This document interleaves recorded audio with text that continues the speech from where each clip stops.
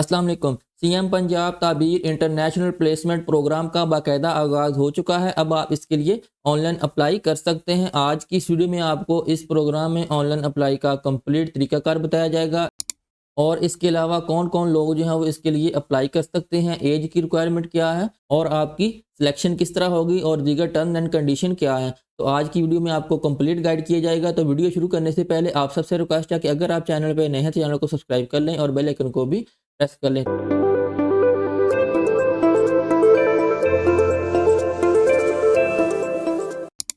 तो फ्रेंड्स यहाँ पे मैंने ऑफिशियल वेब पोर्टल जो है उसको ओपन किया हुआ, जिसका लिंक मैं नीचे डिस्क्रिप्शन में दे रहा हूँ। वहाँ से उसको ओपन करेंगे तो आपके सामने यही वाला सेम इंटरफेस आ जाएगा, या आप वैसे ही गूगल पर लिखेंगे ना सीएम ताबीर प्रोग्राम, तो आपको लिंक जो फर्स्ट पे मिल जाएगा।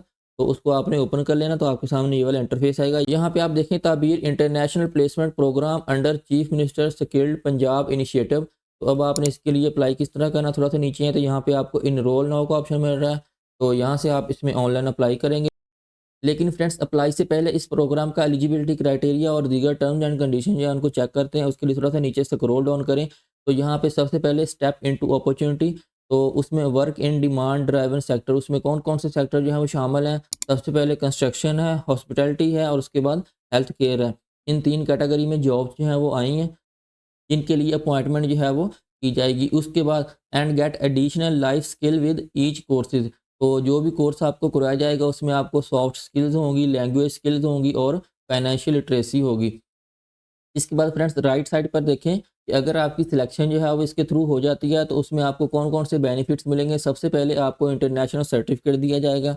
उसके बाद आपकी कंफर्म जॉब प्लेसमेंट होगी और उसके बाद आप जो है वो फॉरेन करेंसी वो अर्न करेंगे और आपको वीज़ा सपोर्ट जो है वो दी जाएगी। ठीक है, उसके बाद नीचे आएँ तो यहाँ पे उन्होंने सिलेक्शन का क्राइटेरिया या तरीकाकार वो दिया हुआ है। सबसे पहले एलिजिबल कैंडिडेट्स जो हैं उनको शॉर्टलिस्ट किया जाएगा। एम्प्लॉयर ने जो भी क्राइटेरिया डिफाइन किया है उसके साथ जो भी प्रोफाइल जो है वो मैच करेगी तो उसको शॉर्टलिस्ट किया जाएगा। और उसके बाद स्टेप 2 के अंदर आपकी 2 से 12 वीक की ट्रेनिंग जो है वो की जाएगी। वो भी इंटरनेशनल एम्प्लॉयर जो है उसकी रिक्वायरमेंट के मुताबिक जो है वो ट्रेनिंग की जाएगी।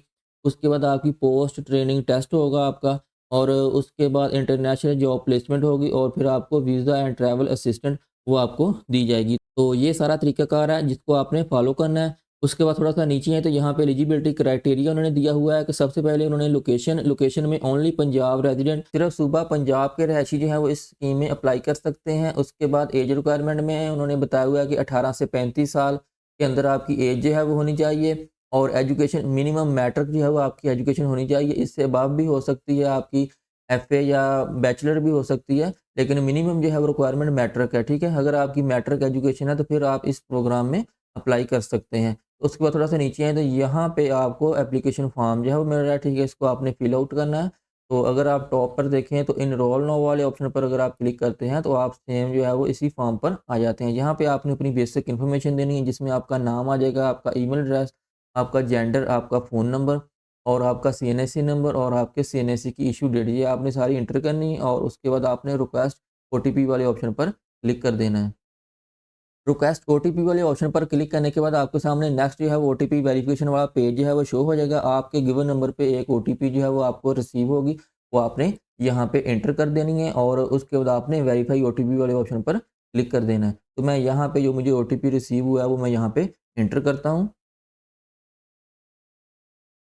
इस तरह आपने ओटीपी जो है वो एंटर करनी है और उसके बाद उसको वेरीफाई कर लेना है। जैसे ही वेरीफाई करेंगे, अगर आपकी ओटीपी जो है वेरीफाई हो जाती है तो यहाँ पे आपको इस तरह का इंटरफेस होगा। यहाँ पे अब आपने अपनी पर्सनल इन्फॉर्मेशन देनी है, जिसमें आपका एड्रेस आ जाएगा। उसके बाद आपने अपना डिस्ट्रिक्ट वो बताना है। फिर आपने अपनी एज वो यहाँ पे एज इट इज़ जो है वो आपकी डेट ऑफ बर्थ के हिसाब से यहाँ पे शो हो रही होगी। यहाँ पे आपने इंस्टीट्यूट बताना है जिससे आपने अपनी फाइनल जो है वो डिग्री कंप्लीट की है। ठीक है, तो यहाँ पे आप वो मेंशन करें। उसके बाद आपने ईयर ऑफ एक्सपीरियंस अपने बताने हैं कि आपने अगर ऑलरेडी कोई जॉब कर रहे हैं तो आपका कितना एक्सपीरियंस है। ठीक है, वो आपने बताना है इस तरह। तो इसके बाद नेक्स्ट है जी क्वालिफिकेशन लेवल। तो यहाँ पे एज इट इज़ जो है वो मैट्रिक शो हो रहा है, लेकिन अगर आपका इंटरमीडिएट है, बैचलर है या बीएस नर्सिंग है तो वो आप यहाँ पे उसको सिलेक्ट कर सकते हैं। तो मैं यहाँ पे बैचलर जो है वो सिलेक्ट करता हूँ। अगर आपकी मैट्रिक है तो आप मैट्रिक भी इसमें सिलेक्ट कर सकते हैं। तो चलिए मैं मैट्रिक ही सिलेक्ट करता हूँ। अगर आपकी क्वालिफिकेशन मैट्रिक है तो आप यहाँ पे अप्लाई कर सकते हैं। उसके बाद आपने यहाँ पे स्पेशलाइजेशन, तो मैट्रिक में क्या होता है कि आपकी साइंस या आर्ट्स होती है, ठीक है? तो यहाँ पे आप अगर आर्ट्स है तो आर्ट्स लिखते हैं, अगर साइंस है तो साइंस लिखते हैं। इसके बाद नेक्स्ट है जी ट्रेड। ट्रेड में देखें यहाँ पे आपको नर्स शो हो रहा है और उसके बाद टीम मेंबर है, लीड वर्कर है, पाइप फिटर है। जिस भी ट्रेड में आप अप्लाई करना चाहते हैं तो आपने उसको सिलेक्ट कर लेना है, ठीक है? मैं ये देखें इस तरह पाइप फिटर वो वाला ऑप्शन जो है वो सिलेक्ट करता हूँ। इसमें आप कोई भी ऑप्शन जो है वो सिलेक्ट कर सकते हैं या आप टीम मेंबर भी वो भी सिलेक्ट कर सकते हैं।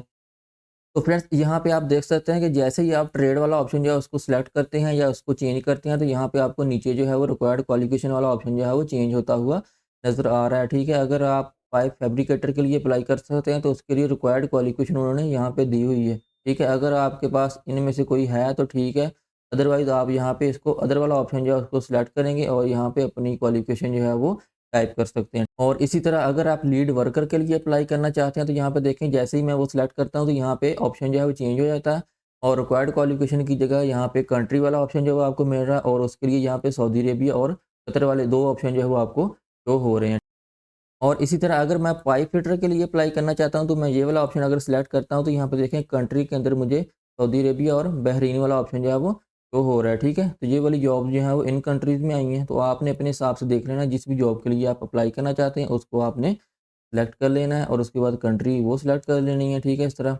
उसके बाद अगेन आपको रिक्वायर्ड क्वालिफ़िकेशन का ऑप्शन मिल रहा है, इसके अंदर आपने बताना है कि आपकी इस जॉब के हवाले से क्या क्वालिफ़िकेशन है, ठीक है? तो इनमें से आप देखें अगर कोई है तो ठीक है, अगर नहीं है तो फिर आप अदर वाला ऑप्शन जो है वो सिलेक्ट करके अपनी क्वालिफ़िकेशन जो है वो यहाँ पे टाइप कर सकते हैं। उसके बाद do you have a valid job card?